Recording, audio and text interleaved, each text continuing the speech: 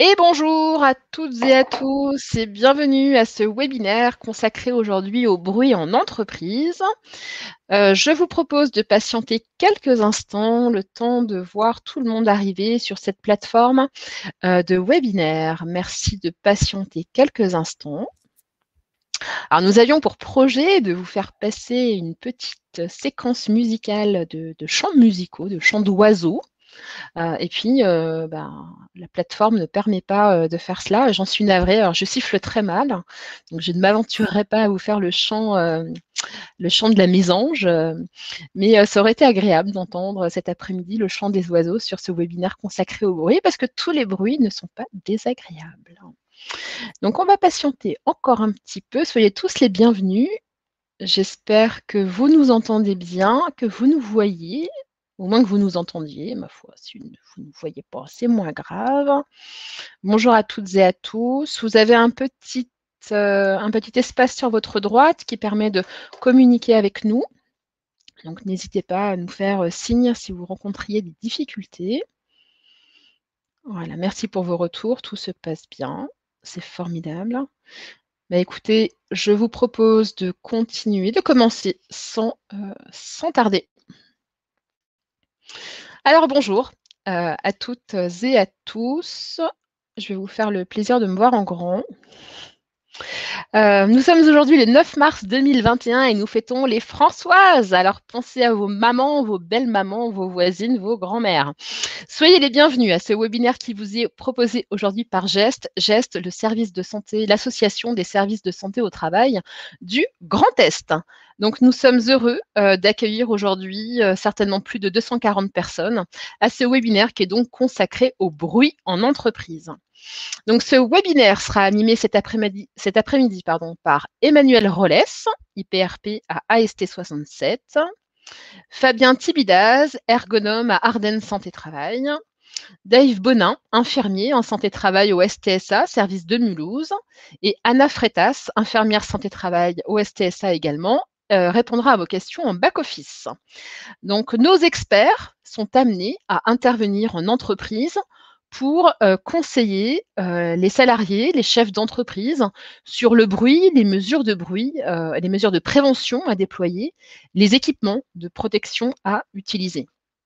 Je me présente, je suis Gaëlle Faure, responsable communication à Alsace Santé au Travail à Strasbourg. Donc pour ce qui est des questions, je vous propose de les envoyer sur l'outil qui se trouve sur votre droite. Nous répondrons à vos questions au fil de l'eau. Et puis, à la fin de notre webinaire, nous répondrons à vos questions avec nos experts.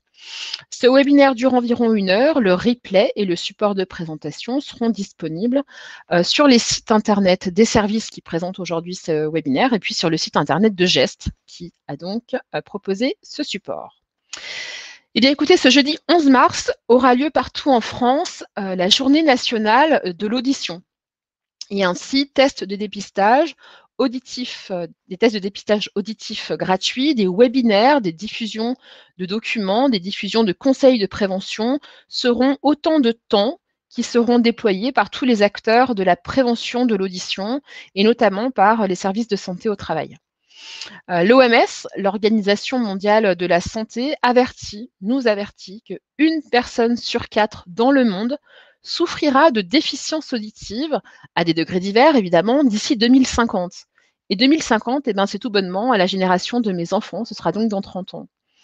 Par ailleurs, selon une enquête IFOP, 67% des actifs français en 2017 se disent dérangés par le bruit sur leur lieu de travail. Donc, autant vous dire que ce webinaire prend tout son sens dans ce contexte. Nous allons commencer par expliquer ce qu'est le bruit, puis apprendre comment il se mesure, quels sont les effets du bruit sur notre santé, que nous dit la réglementation, comment agir sur le terrain de la prévention, et puis on terminera par l'accompagnement qui est proposé en entreprise par les services de santé au travail. Et avec tout ça, je pense que nous aurons fait le tour de la question cet après-midi. Eh bien, je vous propose de commencer avec Fabien Thibidaz. Bien, bonjour à tous. Effectivement, c'est moi qui ouvre le bal sur la définition du bruit. Effectivement, on va parler des risques qui entourent le bruit, mais la première chose à faire, c'est de définir ce qu'est un bruit. Et pour définir ce qu'est un bruit, j'ai besoin de définir ce qu'est un son. Alors un son, c'est un phénomène sonore qui est obtenu par la propagation de vibrations acoustiques transmises au cerveau. Quand je parle, j'ai mes cordes vocales qui se mettent en vibration. Cette vibration va se propager dans l'air, va se propager sous forme d'onde jusqu'à vos oreilles, et je laisserai le soin à Dave de vous expliquer comment votre cerveau, lui, va traduire cette onde. Ces sons peuvent être de deux façons distinctes. On peut dire qu'ils peuvent être plaisants, un son de mer, le chant des oiseaux. Céline Dion, quand elle chante, c'est plutôt plaisant. Mais ces sons peuvent être aussi désagréables, voire gênants. Un marteau-piqueur, mobilette. Si moi j'essaie d'imiter Céline Dion, ce sera sûrement désagréable. Et à partir de là, on va parler de bruit. Donc un bruit, en fait, c'est un son qui est défini comme désagréable ou gênant. Comment va se caractériser le bruit? Nous avons deux caractéristiques principales au niveau du bruit. La première, c'est l'intensité. Alors l'intensité, vu que c'est une onde, c'est un niveau de pression acoustique qui est exprimé en décibels. Alors vous verrez très souvent dans la législation, quand on parle de bruit, 2 décibels, le dBA et le dBc. Le dBA, en fait, va tenir compte de l'atténuation naturelle apportée par nos oreilles. Il faut savoir que nos oreilles vont atténuer plus facilement les sons graves et vont un petit peu augmenter les sons aigus et médiums. Donc c'est pour ça qu'on parle souvent de dBA quand on parle d'exposition au bruit. Le dBc, c'est un dB qui est plutôt linéaire, c'est-à-dire qu'il n'y a pas spécialement d'atténuation. Et on va en parler quand on subit des bruits impulsionnels, c'est-à-dire un coup comme ça. Et en final, l'intensité, ça correspond à un volume sonore. La deuxième caractéristique qui va définir le bruit, c'est ce qu'on appelle la fréquence. Donc tout à l'heure, je vous ai dit que le bruit et le son étaient des vibrations. Une fréquence, c'est tout simplement le nombre de vibrations par seconde. Et si vous vous rappelez un petit peu de vos cours de collège, de physique au collège, une fréquence, ça s'exprime en hertz. Et finalement, la fréquence, elle va correspondre à la tonalité d'un son. Plus la fréquence est basse, plus on va avoir un son grave. Plus la fréquence est importante, plus on aura un son aigu. Au niveau de l'intensité, pour vous donner un petit peu quelques exemples, parce que c'est vrai que tout à l'heure, je vous parlais de décibels, mais ça ne parle pas à tout le monde. 0 décibel, c'est ce qu'on appelle le seuil d'audibilité. Donc, en dessous, on ne peut rien entendre. Ensuite, on va avoir des sons qui vont être peu bruyants. On va dire de 0 à 50, c'est la partie qui est peu bruyante. Ça va correspondre au vent dans les arbres, une chambre à coucher, un bureau calme, une conversation à voix basse, une machine à laver, pas en mode essorage, une machine à laver en mode normal. On va être dans les 40-50 décibels. Là, vous parlez normalement à quelqu'un à 1 mètre, il vous entend sans problème. Ensuite, nous allons rentrer, si il veut bien avancer, on va rentrer dans les bruits qui sont un petit peu plus perceptibles facilement. Donc 50-60 décibels, un centre commercial, un aspirateur, 70 décibels, 70-80, le bruit d'une voiture, du moteur d'une voiture. À partir de 80 décibels, vous allez avoir besoin d'élever la voix pour qu'on vous entende. 80-90 décibels, le bruit d'une moto. Ensuite, là, on rentre dans les sons où vous avez besoin de crier pour vous faire entendre. Donc 100 décibels, le bruit d'un baladeur à puissance maximale. 100-110 décibels en discothèque, le bruit des amplis, on peut monter à 110 décibels. Un marteau-piqueur, 110-115 décibels. Nous, dans les Ardennes, on a le secteur de la métallurgie qui est pas mal représenté, on a des forges. Et au niveau des forges, les pilons peuvent taper à 110, 115, voire 120 décibels.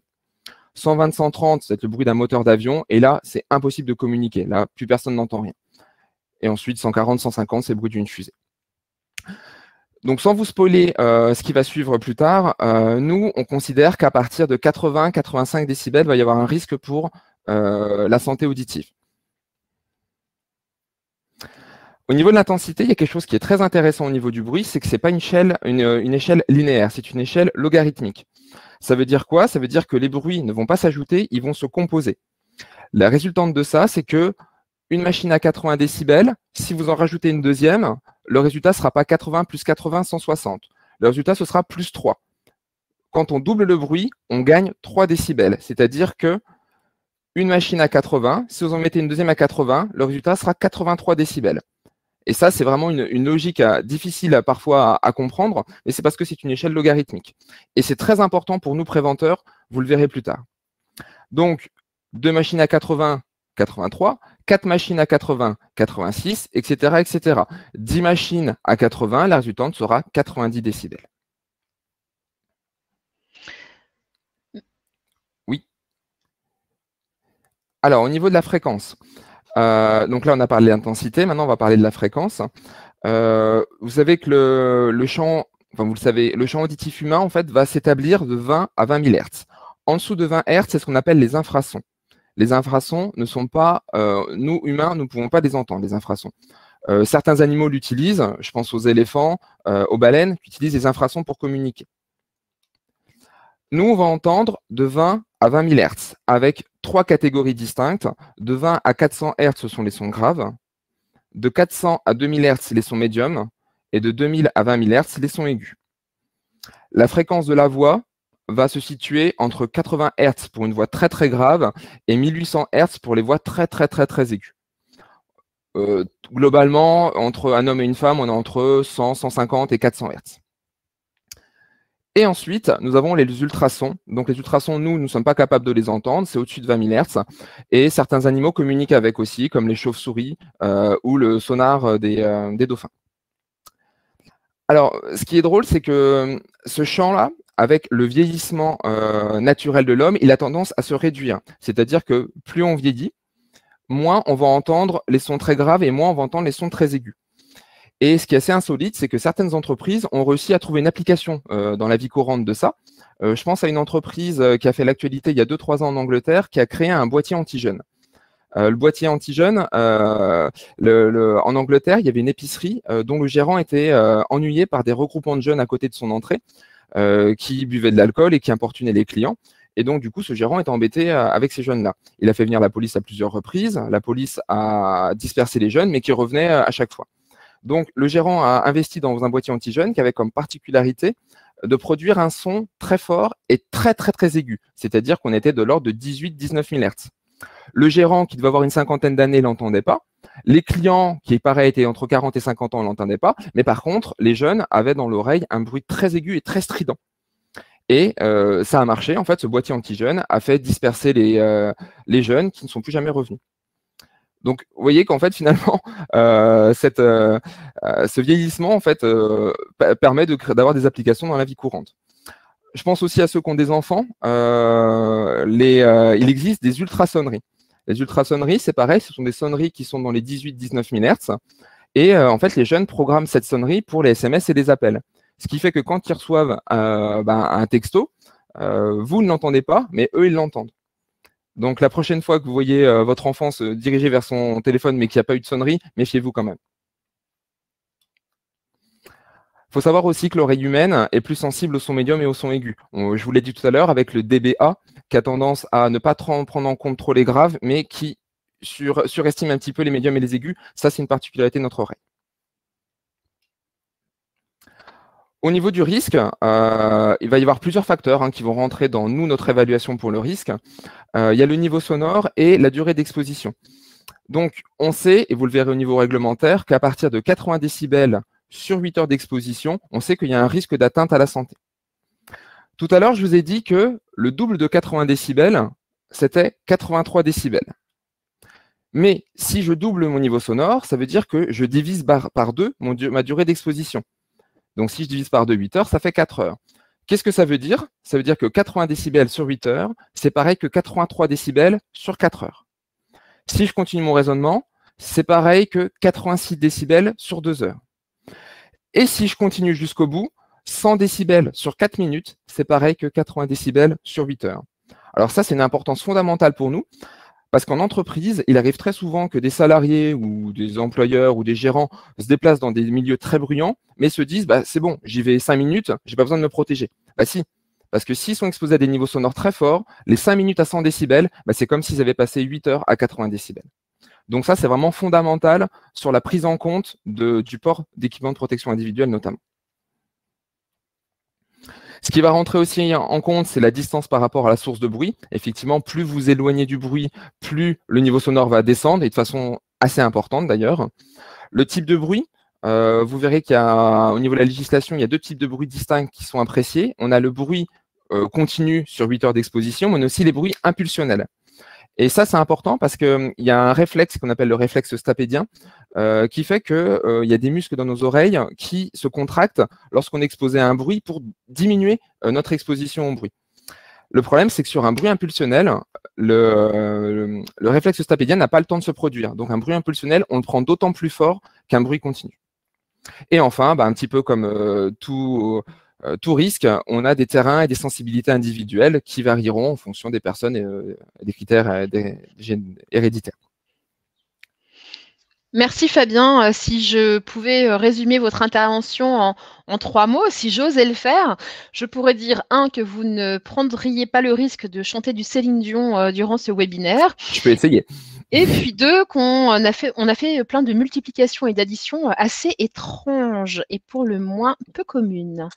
Merci Fabien pour cette introduction sur la définition du bruit. Nous allons continuer avec Emmanuel Rollès sur la mesure du bruit. Quels sont donc tous ces instruments forts scientifiques pour mesurer le bruit? Oui, bonjour, merci Gaëlle. Donc nous savons maintenant qu'une exposition à un niveau sonore de 80 décibels sur 8 heures constitue un risque pour la santé. Alors 2 questions se posent. Dois-je évaluer le bruit dans mon entreprise? Eh bien oui, effectivement, en tant qu'employeur, vous devez évaluer et si nécessaire, mesurer.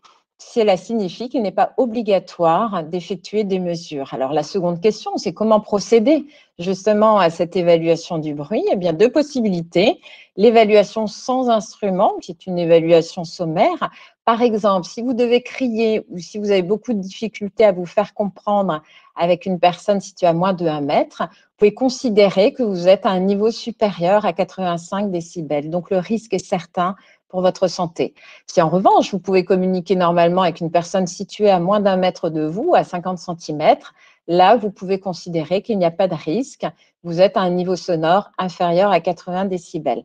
Cette évaluation reste toutefois subjective, car bien sûr, nous n'avons pas le bruit en continu sur 8 heures, mais ça permet déjà, dans un premier temps, de faire un tri. La deuxième façon d'estimer le bruit, ce sera d'utiliser effectivement des appareils de mesure. Alors, les appareils de mesure que nous utilisons, donc nous avons 2 familles. La famille des sonomètres qui va vous permettre de faire des mesures en instantané. Alors, justement, pour connaître le bruit ambiant d'un local, par exemple, cartographier le bruit au sein d'un atelier, ne serait-ce que pour localiser un équipement bruyant, évaluer aussi le bruit d'une machine, un équipement ou une opération bruyante, comme par exemple le martelage. La deuxième façon de mesurer le bruit, c'est d'utiliser un exposimètre. Alors, cet appareil sera porté par le travailleur pendant toute sa journée de travail, avec le micro positionné justement sur l'épaule pour être au plus près de ce que perçoit l'oreille. Alors, l'avantage avec l'exposimètre est que nous aurons la dose de bruit reçue sur le travail réel du travailleur, c'est-à-dire ça prendra en compte à la fois les différentes phases d'activité, les emplacements de travail et aussi ses déplacements au sein de l'atelier, par exemple. Alors maintenant, qui peut faire les mesures? Eh bien, votre service de santé au travail ou un prestataire extérieur, bien sûr. Par contre, si le mesurage fait suite à une demande de l'inspection du travail, le recours à un organisme accrédité est impératif. L'évaluation. Donc, l'évaluation du bruit va nous permettre, bien sûr, d'identifier les sources de bruit, mais aussi de rechercher, puisque c'est ça le but, les mesures de protection visant à supprimer ou réduire ce risque. Donc, il va être essentiel de considérer 3 modes d'action. Le premier, ça va être la source d'émission, c'est-à-dire l'atelier. On va repérer la machine, l'équipement, par exemple le compresseur, le ventilateur, l'outil, tous les équipements qui vont être émetteurs de bruit. Dans les bureaux, ce qui va être source de bruit, ça va être la sonnerie de téléphone, l'imprimante si elle se situe au poste de travail, les conversations également. Dans les crèches, donc c'est également un milieu bruyant, ça va être le mobilier, le déplacement des mobiliers par exemple, les jouets, les cris, les pleurs des enfants. On considérera aussi le milieu de propagation, le local. Parce qu'effectivement, n'oublions pas, comme l'a expliqué Fabien, que le bruit étant une vibration, celle-ci va se propager à la fois dans l'air, mais également par les planchers, les murs et le plafond. et redescendre en tout point du local sur les opérateurs, comme on peut le voir justement à l'image. Pour vous donner un exemple concret qui parle à tout le monde, si vous êtes en appartement et que vous avez un voisin au-dessus de vous qui a du parquet, à chaque fois qu'il se déplacera ou déplacera les chaises, vous serez gêné, voire même agacé par le bruit d'impact sur le sol. Donc, certains matériaux, comme le bois, le carrelage, le béton, sont très réverbérants. Donc, l'évaluation va permettre d'identifier les sources de bruit pour ensuite rechercher les solutions, car les solutions existent, heureusement. Par exemple, si je reprends le cas de l'appartement ou dans les bureaux, pour absorber les bruits d'impact sur le sol, on privilégiera plutôt un sol type linoléum dans les bureaux ou crèches. Et enfin, on s'intéressera bien sûr à la réception, c'est-à-dire à l'opérateur. Quelle est la dose de bruit justement qu'il reçoit au cours de sa journée de travail? Merci Emmanuel. On en sait maintenant un peu plus sur toutes ces façons de mesurer le bruit. Nous allons continuer notre intervention avec Dave Bonin et avec qui nous allons décortiquer cette oreille. Et oui, tout à fait. Alors, nous allons voir quels sont les effets du bruit sur la santé, mais pas que. Tout d'abord, un petit descriptif de ce qu'est l'oreille. Donc, l'oreille, elle se compose de 3 parties. Et la première qu'on voit ici en orange, c'est l'oreille externe qui assure le rôle de récepteur et d'amplificateur du son. Il y a ensuite l'oreille moyenne, ici en violet, avec ses 3 osselets, le marteau, l'enclume et l'étrier. Elle transforme la vibration aérienne qu'est le son en vibration liquidienne. Elle a une fonction d'amplification et une fonction de protection via le réflexe stapédien. Enfin, l'oreille interne, avec la cochlée, elle transforme la vibration liquidienne en influx nerveux. Et donc, elle contient les cellules ciliées que l'on voit sur cette photo. Et ces cellules sont non renouvelables et leur disparition entraîne la surdité. Cette disparition se produit naturellement avec l'âge, mais aussi par anticipation suite à une exposition au bruit. Et ces cellules ciliées, en fait, qui sont trop sollicitées, fatiguent puis meurent. Alors, nous avons vu ici la transmission aérienne du bruit, mais il y a aussi une autre voie de transmission qui existe, c'est la voie osseuse. La transmission se fait dans ce cas-là par vibration des os du crâne directement à l'oreille interne. Ce phénomène permet d'expliquer le choix de certains EPI spécifiques, comme le casque, à certains niveaux de bruit assez élevés. Alors, pour une journée de 8 heures de travail, on considère que l'ouïe est en danger à partir de 80 décibels. Comme vous l'a expliqué Fabien avant, si le niveau est supérieur, ce temps est réduit. Si le niveau est extrêmement élevé, supérieur à 100 décibels, toute exposition, même de très courte durée, est dangereuse pour l'audition. Donc, le premier risque pour la santé est bien sûr la surdité, mais même en dessous de ces niveaux de bruit, on peut avoir des conséquences sur la santé. On peut retrouver par exemple des troubles cardiovasculaires, comme l'hypertension artérielle. Et dans ce cas-là, le caractère prévisible ou non du bruit, le type d'activité, le niveau de stress sont directement liés à ces troubles. Il y a aussi des troubles du sommeil via une modification de la forme du sommeil par réduction du nombre et de la durée de cycle des sommeils. Il y a alors une fatigue chronique qui peut s'installer. La gêne liée au bruit est aussi associée à l'insatisfaction au travail, à l'irritabilité, à l'anxiété, voire à l'agressivité. On note aussi une détérioration des performances des travailleurs dans les tâches cognitives, surtout si la mémoire à court terme est mise en jeu. Il ne faut pas oublier les fœtus qui sont aussi concernés. Les femmes enceintes au cours des 3 derniers mois de grossesse devraient être exclues du bruit. En effet, l'oreille interne du fœtus devient sensible aux bruits en basse fréquence. Or, ces bruits passent facilement les protections naturelles que sont la paroi abdominale, utérine, le placenta et le liquide amniotique. Il y a encore plein d'autres effets possibles. Ils sont en partie indiqués sur le petit schéma que vous voyez. Et enfin, les accidents du travail. 10% des accidents du travail seraient liés au bruit à cause d'un phénomène de masquage des signaux d'alerte ou tout simplement par détournement de l'attention. Alors, on a vu ici les conséquences sur la santé du salarié, mais le bruit a aussi des conséquences sur la santé des entreprises. En effet, le bruit coûterait 19 milliards d'euros par an. Il y a d'un côté les coûts directs, les maladies professionnelles, les accidents du travail pour 1,2 milliard d'euros par an, mais surtout les coûts indirects qui sont principalement liés à la perte de productivité.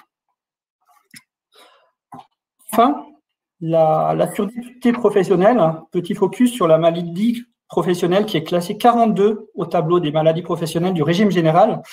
C'est une maladie qui pourrait être évitée et pourtant, il y a encore entre 500 et 800 maladies professionnelles reconnues chaque année.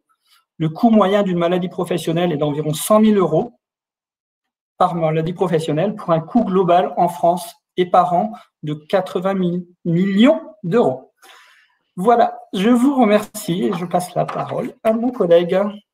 Merci Dave. Je crois qu'effectivement, c'était important de faire un point sur les effets du bruit sur la santé des salariés, mais également, comme on l'a fait là, sur la santé de l'entreprise. Merci beaucoup pour cette intervention. Nous allons continuer avec Fabien et un point sur la réglementation. Alors, que dit la réglementation sur le bruit en entreprise ? Alors, la réglementation va nous donner effectivement des seuils avec à chaque fois des actions à mettre en place au niveau de l'employeur.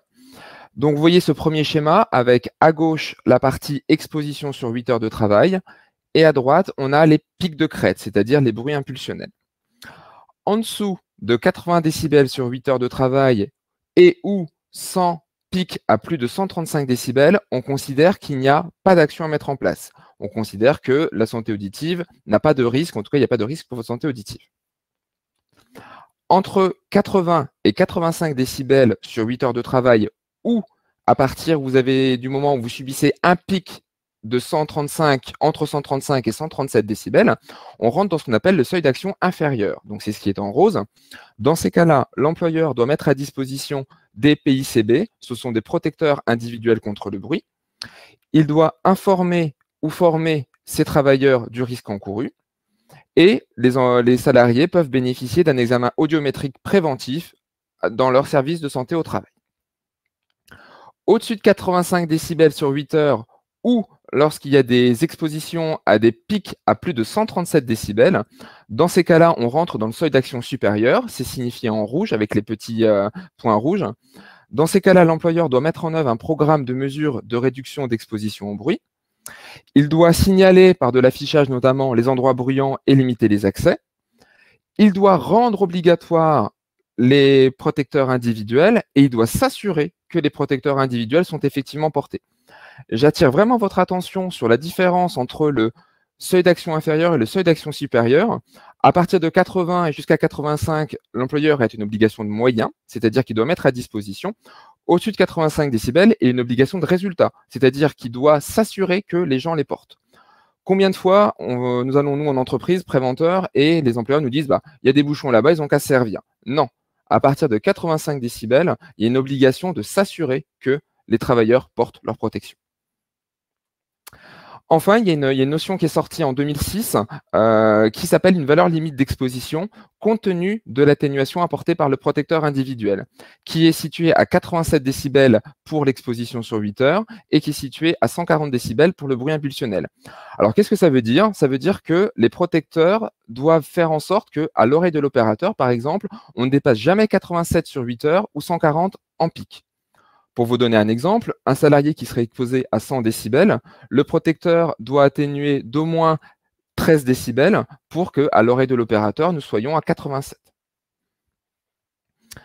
Il faut savoir que, tout à l'heure, je vous parlais des forges, on a des bruits qui montent à 115, 120 décibels.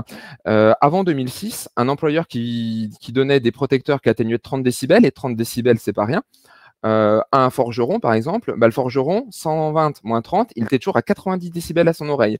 Ce qui veut dire que malgré les protections, il risquait encore d'abîmer son oreille. Et maintenant, de plus en plus, au niveau des forges, par exemple, les gens ont des doubles protections, c'est-à-dire bouchon d'oreille plus casque. Alors, on entend aussi beaucoup parler des bureaux, savoir à quel niveau de bruit on doit être dans un bureau. Alors, rassurez-vous, dans les bureaux, il y a quand même peu de risques que vous deveniez sourd.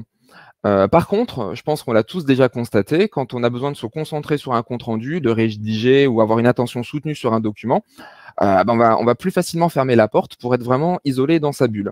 Et ça, c'est une explication parce qu'effectivement, le bruit est un perturbateur cognitif. Et on considère qu'à partir de 55 décibels, l'atténuation peut être, votre concentration peut être embêtée par le bruit. Donc la norme NFS 31080 va vous indiquer que normalement, dans un bureau, on ne doit pas dépasser 55 décibels. Au niveau des open space, et on en a de plus en plus, on a une autre norme qui est la 31199 qui va donner des valeurs cibles en fonction du type d'open space. Si ma mémoire est bonne, il y a 4 types d'open space. Il y a les open space type centre d'appel. Il y a les open space avec du travail collaboratif, par exemple une équipe de commerciaux qui vont discuter ensemble. On a les open space de type non collaboratif, différents métiers qui sont réunis dans un open space. Et on a les open space qui accueillent du public. Et en fait, cette norme-là, en fonction de l'open space que vous occupez, va vous donner des valeurs cibles à atteindre, en tout cas à ne pas dépasser. Et enfin, on a une dernière norme qui est la X3502 qui s'occupe de la conception ergonomique des espaces de travail, qui va vous donner des indications sur notamment les revêtements. Quel type de revêtement on peut mettre en place sur les murs, sur le sol, sur le plafond, pour éviter la réverbération du bruit et obtenir le minimum de bruit possible. Merci Fabien pour ce point sur la réglementation. Assez naturellement, on va continuer sur les mesures de prévention. Alors en prévention, on parle toujours de mesures collectives et puis de mesures individuelles. Et on va décortiquer tout ça avec Emmanuel. Emmanuel, alors attends voir, je réactive ton micro ou réactive bien ton micro qu'on t'entende.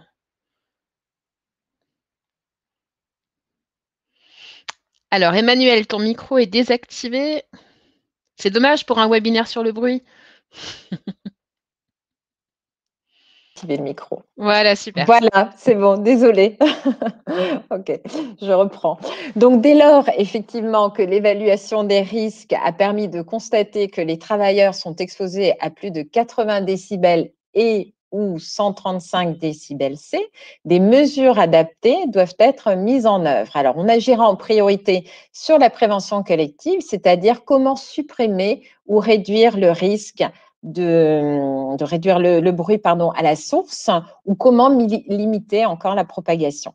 Parallèlement, on mettra en place une prévention individuelle appropriée et adaptée à chaque travailleur selon son exposition au bruit. Et enfin, l'information et la formation seront dispensées à tous les travailleurs, mais aussi les encadrants et managers et visiteurs concernés par le risque bruit. Alors, quand on parle de prévention collective, l'objectif est de réduire donc le bruit à la source et d'agir sur la propagation du bruit dans les locaux. Donc, concrètement, qu'est-ce qu'on peut faire? Comme on peut le voir à l'image sur le petit dessin, on va pouvoir, par exemple, réfléchir à séparer ou éloigner la machine bruyante, typiquement d'un compresseur qui n'a pas besoin d'être à proximité des travailleurs. Ou sinon, on va réfléchir à est-ce qu'on peut encoffrer la machine en prenant soin de la mettre à ce moment-là sur des plots anti-vibratiles pour désolidariser la machine du sol et ainsi éviter la propagation. Les règles de base sont isoler et absorber le bruit avec un matériau, par exemple, type laine de roche. Pour certaines activités, s'il n'est pas nécessaire d'être en contact direct avec la machine, ou tout au moins pas en permanence, on pourra alors envisager d'éloigner la personne ou d'aménager son poste de travail dans une enceinte isolée. Le principe de la cabine est identique à celui de l'encombrement, sauf qu'au lieu d'enfermer la source, on enferme le récepteur, mais dans le but de le protéger, bien sûr. On pourra aussi utiliser un écran. C'est un bon moyen pour protéger l'opérateur situé immédiatement derrière. Rappelons que pour qu'un écran soit efficace, il convient également de traiter les parois du local. Les écrans peuvent être mobiles et pourront être mis en place ponctuellement lors de phases d'activités bruyantes, comme par exemple le meulage au sein d'un atelier. On pourra également procéder à une rotation des postes, c'est-à-dire agir sur l'organisation de travail. Rotation des postes, bien sûr, lorsque des postes exposés, on donne la possibilité, des postes moins exposés, pardon, on donne la possibilité afin de réduire l'exposition au bruit. On pourra aussi planifier les tâches à forte émission sonore aux heures de faible présence d'opérateurs dans l'usine. Dans tous les cas, le conseil, c'est d'impliquer toujours les salariés dans la recherche de solutions car c'est souvent eux qui ont les bonnes idées. Et le fait que les idées émergent d'un groupe de salariés, ils adhéreront également plus facilement aux solutions que vous apporterez. Alors, voici des exemples justement d'actions à la source. Alors, on a choisi la soufflette comme exemple parce que c'est vraiment la bête noire dans les entreprises. La soufflette à air comprimé, donc même si sa durée de cette opération est faible, sa répétition et son niveau élevé peuvent affecter de manière importante l'exposition sonore du salarié. En général, une soufflette, c'est plus de 100 décibels. Donc, pour vous donner un ordre de grandeur, une exposition à 101 décibels pendant 4 minutes équivaut en termes de dose de bruit à 80 décibels sur 8 heures. C'est ce que vous a expliqué tout à l'heure Fabien. Alors, j'aime bien quand même rappeler cette notion car souvent, en entreprise, mais aussi à la maison, puisqu'à la maison, on utilise également des outils bruyants. Ce ne sera pas la soufflette, ce sera la perceuse, par exemple, ou encore la tondeuse. Donc, sous prétexte qu'on va l'utiliser quelques minutes, on aura tendance à dire que « oh, ce n'est pas la peine que je me protège puisque cela va durer que quelques minutes ». Or, c'est faux de penser cela, puisque 80 décibels sur 8 heures, comme on l'a vu, c'est dangereux et ça correspond à une dose de 101 décibels pendant 4 minutes. Donc, en 4 minutes, vous allez atteindre votre dose journalière. Alors, pour en revenir à la soufflette, quelles sont les solutions? Eh bien, par exemple, de remplacer les soufflettes traditionnelles par des soufflettes dites silencieuses. En fait, leur conception joue sur l'écoulement de l'air en sortie de la buse. Donc, on aura grosso modo un gain de 12 décibels et l'efficacité surtout sera inchangée, contrairement à ce que peuvent penser les opérateurs, parce que le fait que ce soit moins bruyant, ils ont l'impression que c'est moins efficace. Mais non, ça reste tout autant efficace. L'INRS a fait des études là-dessus qui le prouvent. Alors, comme je parle de la soufflette, j'aime bien aussi rappeler également quelques conseils qui sont notamment de ne pas utiliser les soufflettes dans certaines entreprises comme les menuiseries parce que justement la soufflette souffle et ça va remettre en suspension toutes les poussières et dans les menuiseries, bien sûr, on a les poussières de bois qui sont dangereuses.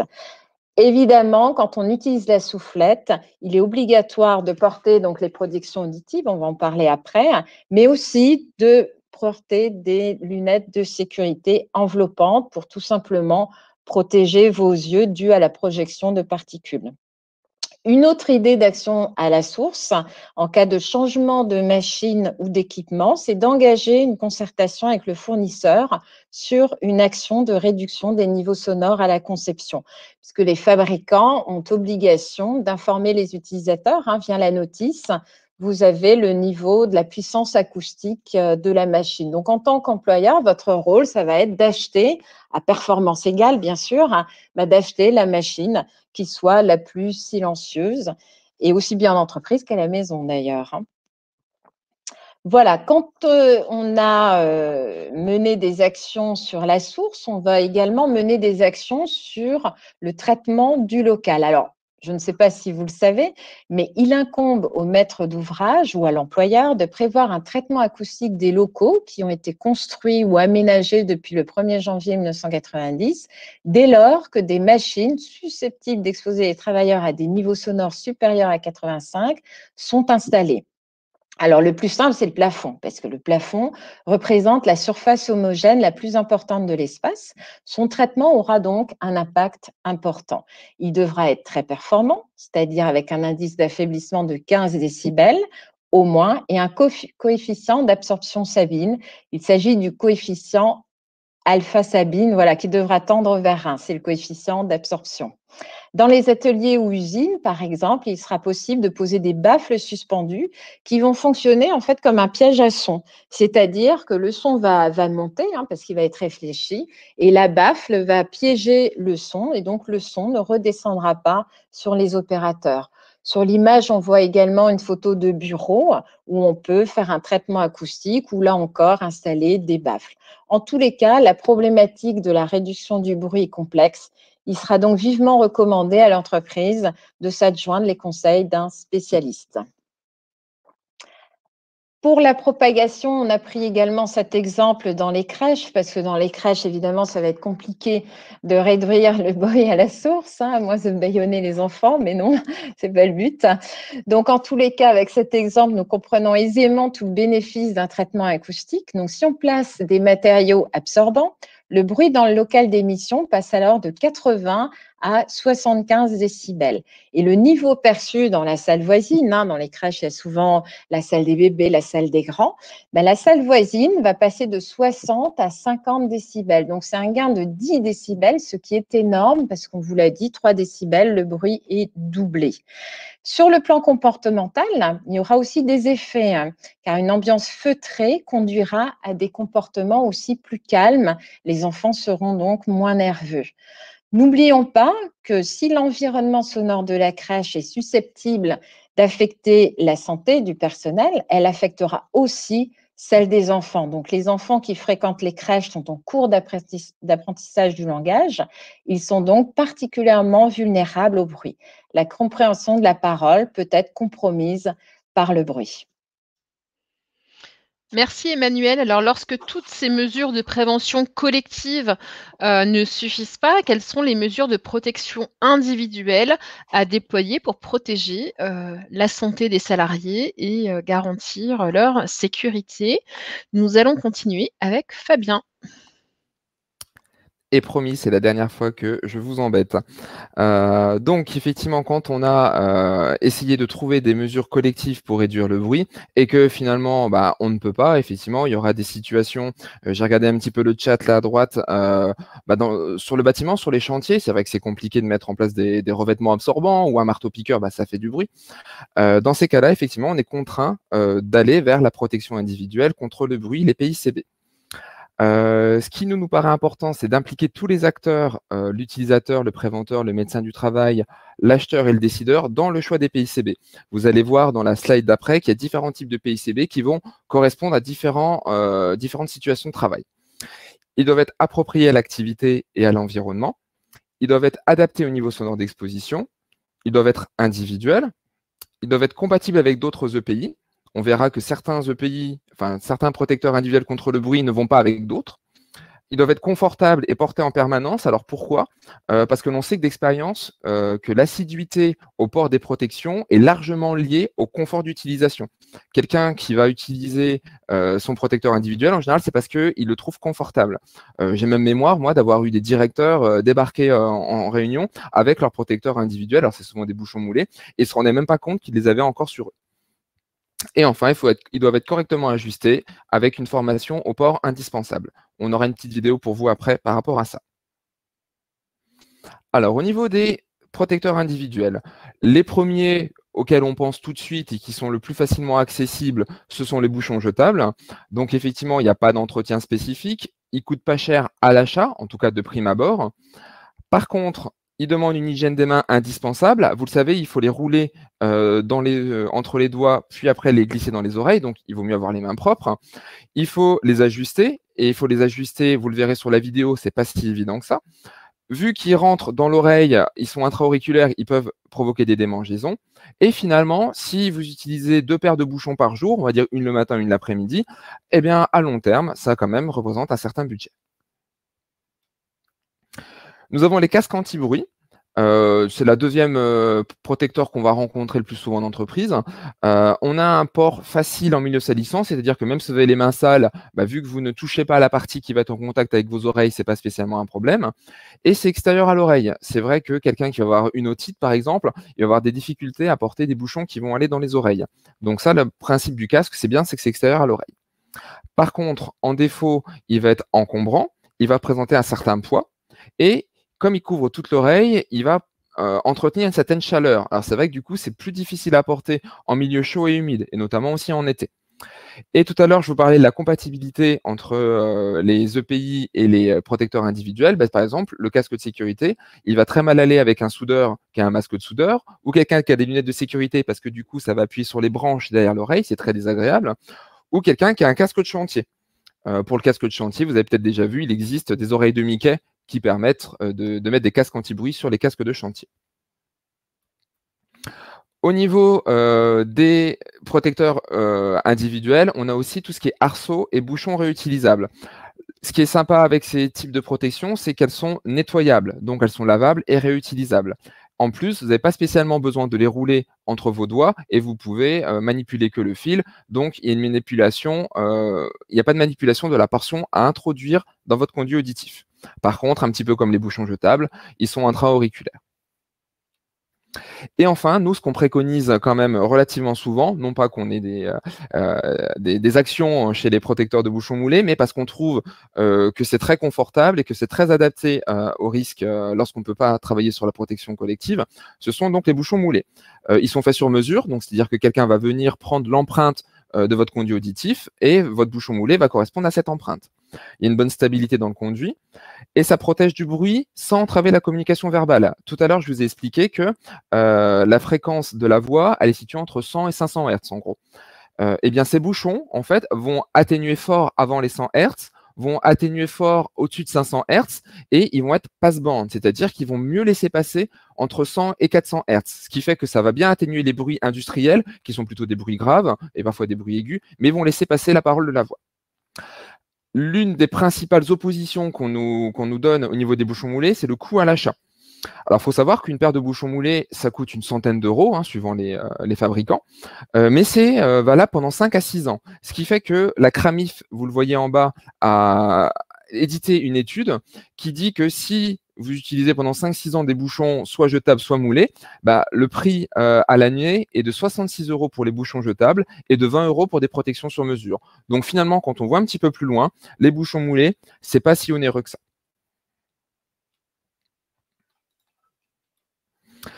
Au niveau de la protection à choisir, également, on va tenir compte de l'exposition au bruit.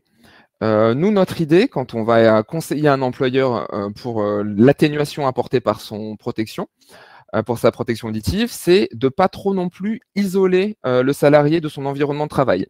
Imaginons un salarié exposé à 85 décibels, vous lui mettez un bouchon qui atténue de 30 décibels, il va lui rester 55 décibels d'audition, et ça, c'est trop. Il ne va pas entendre les alarmes de ses machines, il ne va pas entendre le collègue qui va lui donner une instruction. Bref, vous l'isolez de trop. À l'inverse, quelqu'un qui est exposé à 100 décibels, il faut quand même le protéger suffisamment pour qu'il n'y ait pas de risque d'atteinte auditive. Donc l'idée, c'est d'aboutir à une résultante avec l'atténuation apportée par la protection individuelle entre 65 et 80, idéalement entre 70 et 75. Pour vous donner un exemple, quelqu'un qui est exposé à 100 décibels, on va choisir une protection qui l'atténue entre 30 et 25 décibels pour être sur la partie satisfaisante. Alors, où est-ce que vous allez trouver cette atténuation apportée par la protection auditive? Souvent, soit sur les notices ou bien sur les boîtes de bouchons. Vous voyez en bas, vous avez tout un tas de chiffres. Retenez-en qu'un, c'est celui qui est tout en bas à droite et qui est le SNR. SNR, c'est Single Number Rating. Et en fait, c'est l'atténuation apportée par votre bouchon. Donc là, vous voyez, par exemple, l'atténuation est d'environ 27 décibels. Donc, pour quelqu'un qui serait exposé à 100, 100 moins 27, 73, si je suis bon en maths, on serait dans la protection satisfaisante. Donc ça, c'est aussi une notion qui est assez importante à prendre en compte. Au niveau du salarié, donc tout à l'heure, on a parlé de la réglementation, on disait que l'employeur avait une obligation de moyens et de résultats. Il faut savoir que le salarié a aussi ses responsabilités au niveau de sa propre santé et de la sécurité aussi de celle de ses collègues. Il doit suivre les instructions données par son employeur. Il doit veiller au bon usage de ses protections individuelles et il est tenu de signaler tout protecteur individuel défectueux. Tout salarié qui refuse ou qui s'abstient d'utiliser ces EPI conformément aux instructions peut engager sa responsabilité et peut se voir exposé à des sanctions que pourrait lui infliger son employeur s'il a rendu, par exemple, un métier où le port de protection est obligatoire. En termes d'hygiène, pour éviter tout risque d'infection, lavez-vous soigneusement les mains avant de mettre ou de retirer un PICB. Dans le contexte sanitaire actuel, je pense que c'est plutôt bien respecté. Lavez-vous régulièrement aussi à l'eau et au savon vos bouchons, bien les sécher et les ranger dans une boîte hermétique et surtout ne pas les mettre en poche. Alors pourquoi? Parce que dans les poches, on va trouver de la monnaie, on va trouver des clés, on va trouver un mouchoir usagé, enfin on va trouver un petit peu tout et n'importe quoi. Et si vous mettez vos bouchons dedans et que vous les ressortez, en termes d'hygiène, vous allez remettre ça dans vos oreilles, c'est quand même pas génial. ne pas prêter non plus ni échanger ses EPI. Alors, en termes de bouchons, c'est assez rare qu'on les partage. Par contre, il arrive souvent qu'on ait des casques accrochés sur une machine et tout le monde peut passer dessus. C'est pareil, en termes d'hygiène, une protection individuelle, elle est individuelle, comme indique son nom. Attention aussi, les PICB, c'est la dernière chose, ont une durée de vie, c'est souvent indiqué sur la notice. Par exemple, les bouchons qui sont lavables et réutilisables en forme de sapin, en général, une 50aine de lavages et ensuite, on considère qu'ils sont plus suffisamment protecteurs. Merci Fabien, tu excuseras mon impatience. Pas de souci. Alors, on va partager avec vous une vidéo, une espèce de tuto pour vous expliquer comment mettre correctement vos bouchons d'oreille. Alors, on va voir si ça fonctionne. Hop.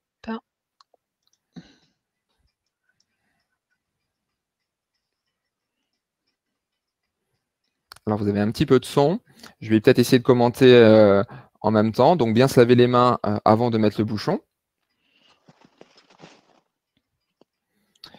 Donc, prendre des bouchons neufs à chaque réutilisation, à chaque poste. On prend le bouchon, on le roule entre les doigts pour réduire le diamètre d'environ la moitié. On va tirer le pavillon de l'oreille vers le haut et légèrement en arrière. C'est un geste assez technique. Donc, on insère le bouchon en arrière et on l'insère au niveau du conduit auditif. On maintient le bouchon durant 10 secondes pour qu'il reprenne sa forme dans votre conduit auditif et assure une étanchéité maximum. Donc là, vous voyez à gauche quelqu'un qui l'a bien fait, à droite quelqu'un qui a sauté une étape. Et vous voyez qu'il y a une grosse différence et la personne à droite sera beaucoup moins protégée.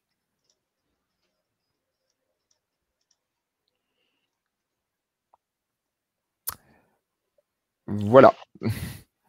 Hop, merci. On continue avec toi, Fabien, sur le port des PICB et les bonnes pratiques. Oui. Et après, j'en aurai fini. Alors, au niveau du port des PICB, la durée de port de son protecteur individuel est très importante. On va prendre plusieurs exemples pour illustrer ce propos. À gauche, vous avez donc quelqu'un qui va porter son protecteur individuel pendant ses 8 heures de travail. Pas de souci, son protecteur individuel va être efficace à 100%. Si on prend un protecteur qui atténue 30 décibels, il aura bien les 30 décibels d'atténuation attendus. On va prendre quelqu'un qui va le retirer pendant 2 minutes, c'est-à-dire qu'il va porter son protecteur individuel pendant 7h58. Donc là, il peut se dire, bah, c'est pas mal, j'ai quand même bien porté mon protecteur individuel pendant 99,6% de son temps, et pourtant, il aura perdu 23% d'efficacité. Pourquoi, me direz-vous? C'est un petit peu la chose qu'on a illustrée tout à l'heure, c'est-à-dire qu'une exposition à un bruit important pendant quelques minutes suffit à commencer à abîmer votre santé auditive, du fait de l'échelle logarithmique du bruit. Et maintenant, si on prend quelqu'un qui a porté son protecteur pendant 7 heures, il a seulement retiré pendant 1 heure, ça paraît pas trop mal, hein, pendant presque 90% de son temps, il a porté son protecteur individuel. Et bien alors là, on a perdu une efficacité résiduelle de 30%. C'est-à-dire que le protecteur qui atténuait de 30 décibels, au final, dans la journée, il aura atténué que de 10 décibels. Donc quelqu'un qui aurait été exposé à 100 décibels, au final, il sera exposé à 90, alors qu'il l'a porté pendant 7 heures de travail. Hein. Donc, on insiste vraiment bien là-dessus. Le protecteur individuel doit être porté 100% du temps. Une petite illustration qui marche bien, un petit parallèle, c'est comme si vous alliez en forêt, il pleut à verse, et pendant 8 heures, vous vous baladez en forêt. Vous ouvrez votre parapluie, vous êtes en dessous de votre parapluie, pendant 8 heures, vous êtes bien. Si pendant 2 minutes, vous refermez votre parapluie, et qu'après vous le rouvrez, bah, vous aurez quand même pris la sauce pendant 2 minutes, et ça suffira à vous avoir trempé. Donc, les protecteurs individuels, c'est comme le parapluie. Si on veut qu'il soit efficace, il faut le porter 100% du temps. Sortez couvert. Absolument. Merci Fabien. Et comment faire pour faire accepter ces mesures de prévention qui peuvent être parfois considérées comme des contraintes par les salariés? Quels sont les leviers des chefs d'entreprise qui ont la responsabilité du bon port de ces équipements de protection? Nous continuons avec Emmanuel. Oui, cette fois-ci, j'ai pensé à mettre le micro. Donc, dans la prévention, une des clés pour réussir à fédérer les bons comportements sécurité, ça va être informer et former chaque personne amenée à travailler et à circuler au sein de l'entreprise. Voilà, donc il va s'agir d'informer les nouveaux embauchés lors du premier jour de travail en faisant par exemple un accueil sécurité qui expliquera clairement tous les risques auxquels le salarié sera exposé, et notamment le bruit, mais essentiellement comment se protéger. On informera et on formera bien évidemment également les salariés permanents ou ceux qui viennent en intérim en organisant par exemple des causeries sécurité appelées aussi quart d'heure sécurité. Par exemple, une fois par mois, en développant chaque mois un autre risque ou un retour d'expérience. Bien sûr, il faudra penser à afficher les zones de bruit. On pourra aussi informer les salariés par le biais du rapport si une étude a été menée au sein de l'entreprise, donc avec les résultats. On informera également par le biais du document unique, puisque le risque bruit y sera mentionné. Et dans tous les cas, si on est au-delà de 80 décibels, il faudra mettre à disposition les protecteurs et former au port, comme on a pu le voir avec la vidéo qu'on retrouve également sur YouTube. On informera et on formera également tous les sous-traitants, visiteurs ponctuels amenés à travailler ou à circuler dans notre entreprise. Donc là, on a également le plan de prévention qui pourra vous servir à informer les personnes. En tous les cas, il est important de renouveler régulièrement les messages de prévention pour que les personnes adoptent les comportements sécurité. Merci Emmanuel. Alors je profite du changement de chapitre pour vous dire qu'un certain nombre de questions ont été publiées dans l'onglet sondage que vous trouvez sur votre droite.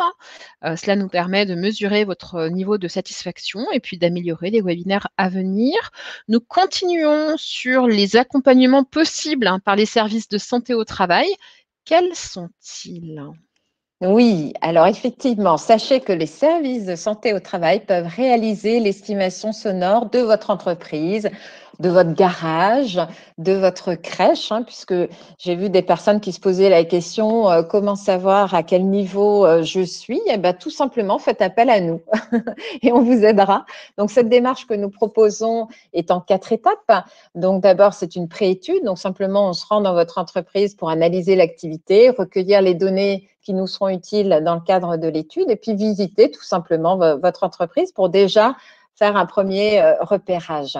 On définira ensemble la journée la plus représentative en termes de bruit. Si le vendredi, par exemple, les salariés terminent plus tôt, évidemment, on évitera le vendredi.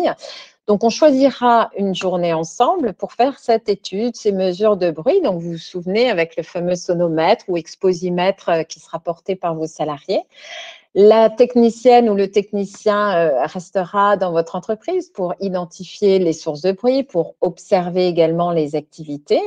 Et à l'issue de cette étude, on vous restituera bien sûr le rapport avec les résultats, mais aussi les axes d'amélioration possibles selon l'analyse que nous en aurons faite. Et enfin, pour terminer ce package, à partir du moment où on aura mesuré des valeurs au-delà de 80 décibels, on vous proposera de sensibiliser, que ce soit nous, services de santé au travail, qui informions et formions votre personnel au risque bruit, aux résultats qui auront été produits dans votre entreprise et puis bien sûr, essentiellement, comment se protéger et comment porter les bouchons d'oreille. Merci Emmanuel. Alors n'hésitez pas à répondre au sondage qui se trouve sur le pavé de droite. Et puis on va terminer ce webinaire en vous disant que les services de santé au travail, pour la plupart, proposent aujourd'hui des supports que vous pouvez diffuser en entreprise sous forme de fiches pratiques notamment. Donc les services de santé au travail qui ont participé à ce webinaire proposent sur leur site internet un certain nombre de documents, de ressources que vous trouverez dans ces liens-là. Et puis, la plupart des services de santé au travail proposent également des ateliers de sensibilisation, des études de mesure, comme vient de l'expliquer Emmanuel. Je rappelle que le replay et ce support-là seront disponibles très rapidement, pour pas dire dans la demi-heure qui vient, sur le site de Geste. Emmanuel, si tu veux juste aller à la diapo suivante, dont vous trouverez l'adresse du site. La diapo juste suivante, association-geste.org, et puis sur les sites internet des services de santé au travail participants. Il me semble que nous avons répondu à la plupart de vos questions par le chat. Et merci Emmanuel. que l'un ou l'autre des intervenants voudrait prendre la parole pour conclure?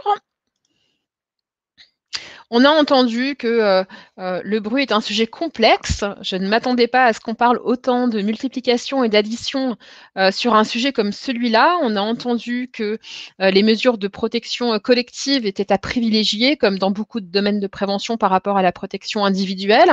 On a aussi entendu que dans certains cas de figure, la protection individuelle reste la protection principale, parce que, comme on l'a dit tout à l'heure dans le BTP par exemple, difficile de mettre en place des protections plus collectives. Est-ce que vous pouvez nous dire, vous les préventeurs, dans quelle mesure, dans quelle proportion vos interventions concernent le bruit en entreprise? Qu'est-ce que ça représente comme part de vos activités d'intervention? En tous les cas, ce que je peux dire, c'est qu'on intervient dans tout type d'entreprise, hein, à la fois les garages, comme on l'a cité, les ateliers, les usines, mais également les crèches. Donc, effectivement, dans les crèches, j'ai eu l'occasion de mesurer des journées à plus de 80 décibels. Hein, c'est pour ça qu'il y a des choses à faire, des solutions existent.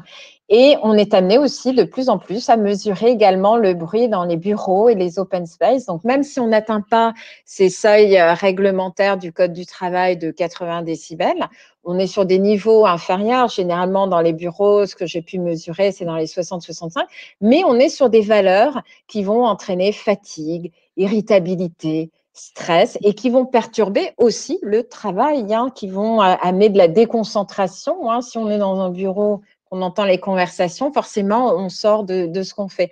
Donc voilà, et là aussi, dans les bureaux, il y a des choses à faire en matière de traitement acoustique. Et voilà, donc le maître mot, c'est déjà faisons l'évaluation pour savoir où on en est pour qu'on puisse après vous proposer des solutions. Hein. Et de toujours impliquer les salariés dans la recherche de solutions pour qu'ils adhèrent au mieux au comportement sécurité, que ce soit pour les PICB ou même pour le traitement acoustique. Hein. Quand ça vient d'eux, c'est plus facilement accepté. Merci Emmanuel pour cette conclusion. Merci à nos 3 experts pour avoir monté ce webinaire avec GEST, l'Association régionale des services de santé au travail du Grand Est. Merci à tous pour votre participation. On est encore à l'heure du Covid, hein, on est le 9 mars 2021, cela fait 1 an maintenant qu'on parle du Covid. Donc continuez de vous protéger, protégez-vous, protégez les autres et respectez les gestes barrières. Bonne fin de journée à tous et rendez-vous pour le prochain webinaire GEST le mois prochain qui concernera la démarche de prévention. Bon après-midi, à bientôt. Au revoir. Et merci. Merci.